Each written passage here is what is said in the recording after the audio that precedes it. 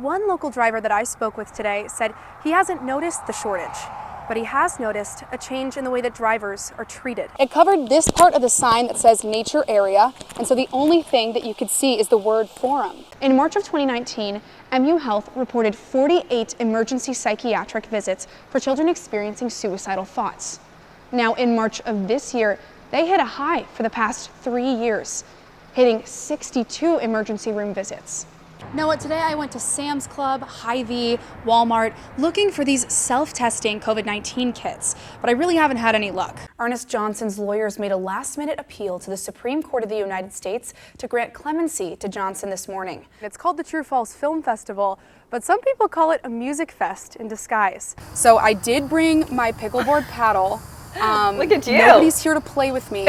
The string of lights I have here has 100 bulbs. Now the house behind me is lit by 500,000 bulbs. What's really cool about this house is they have their entire backyard decorated. So we've got Santa in a sleigh back here, we've got a blown up minion over here. We're just a week away from Thanksgiving, and if you haven't bought a turkey yet, it could be harder to find one. Yeah, they told me that they had to put a sign up outside of the bubbles because people would just keep coming up and being like, what's going on? Like, what is happening? And Why are you we're in just there? trying to eat. Please, we're eating here. I don't know about you, but when I think of copper, I immediately think of pennies. That's because many people don't consider the levels of copper in their bodies. The researcher I spoke with told me that copper could help in preventing cancer. And we're starting to see cure. MU researcher Michael Petrus says cancer cells need copper in order to grow and spread. His research shows withholding copper can cause changes in the body. That blocks the growth of cancer cells in mice models. Petrus and his colleagues have discovered a molecule that can block copper in food from going into the body. This molecule wouldn't replace chemotherapy. Instead, Petrus says it would keep cancer cells from returning. This is sort of almost a preventative, if you will, after having cancer. Petrus says there aren't many solutions to prevent recurring cancer, which can be a large concern for many patients. Then it's like, oh crap, when is this going to return? Is it going to return? You know, that's the waiting game that's just horrible. The grant money will help Petrus improve the molecule until it's fit for human clinical trials. I think it holds a lot of promise. Petrus says this research is the most exciting science he's done in his career. But to go from discovery to producing something that people could use potentially is really exciting for me. Petrus says initial cancer tumors are typically easy to remove, but it's the tumors that spread that can be deadly. He says this molecule would block those spreading tumors, meaning it could lengthen people's lives. In this week's edition of A Brighter Tomorrow, KMU8's Liza Mahacek shares the story of an advocate working to prevent adolescent suicide. Are going to make their intention known. Beth Eichen knows about the warning signs of suicide.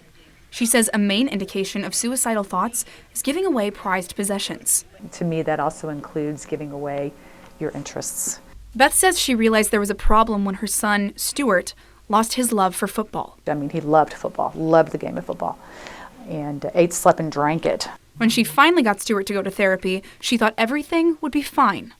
And little did I realize just how deep it goes. In 2009, 17-year-old Stuart died by suicide.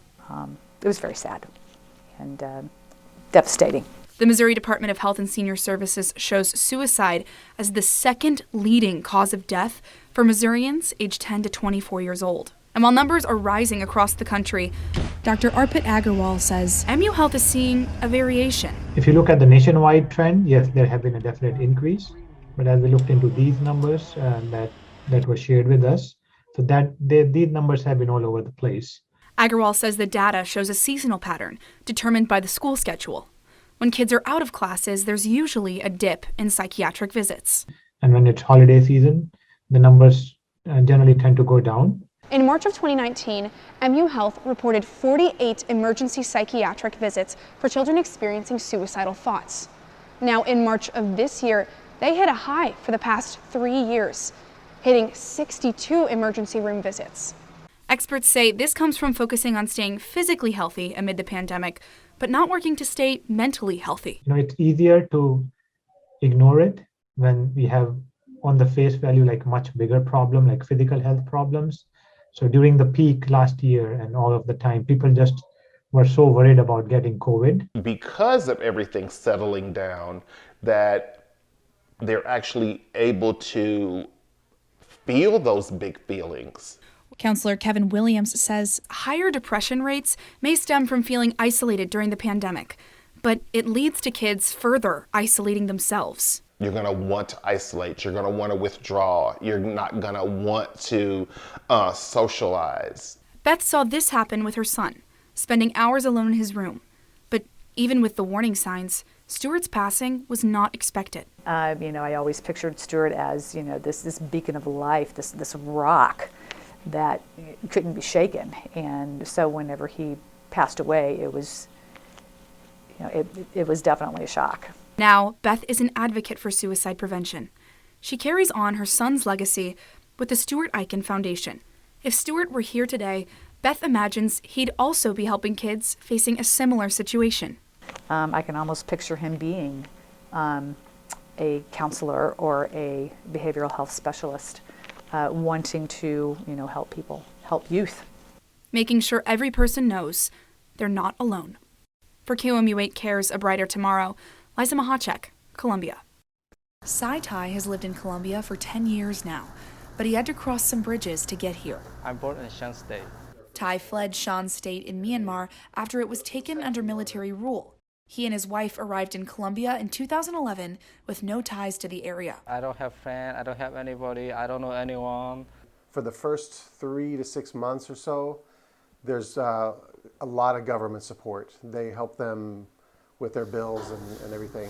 In the meantime, refugees try to find a job while overcoming a language barrier. Our first step, we don't know how to learn, we don't know how to speak, so we have to go to school. 2 years after arriving, Tai was taking English classes, but his night shifts made it hard to stay awake, so he switched to online learning. So I learned online for GED, just 1 year, and then my apartment, the fire, so I lost my computer, everything, so I can learn online too. The fire in 2013 didn't just cost Tai his laptop. I lost everything in the fire. He also lost the access to learn English. Tai says as a refugee, the biggest challenge is clear. Language. We can look it up on Google, or we can ask our neighbor because we can communicate. Not easy for us. Everything is difficult. Getting a job, of course, is huge. Finding a job where they'll hire you even though you don't necessarily speak English very well. Tai worked at Columbia Foods for 10 years. 2 or 3 years, I work overtime every day. Even with the overtime, there isn't much room for spending in his budget. We just cook and we don't spend too much. We never go to the bar or club, or we don't spend. When Tai wasn't working at Columbia Foods, he was driving Uber and Lyft to make extra money. Because I have to open the restaurant here. My wife, she wants to cook. In 2019, Tai opened Tiger Chef, a Thai Burmese restaurant, creating a bridge from Myanmar to mid-Missouri. If they come to support me here, eating here, so it looks like support me too. Tai hopes his culture will expand beyond the borders of his restaurant. In Colombia, Liza Mahacek, KOMU8 News.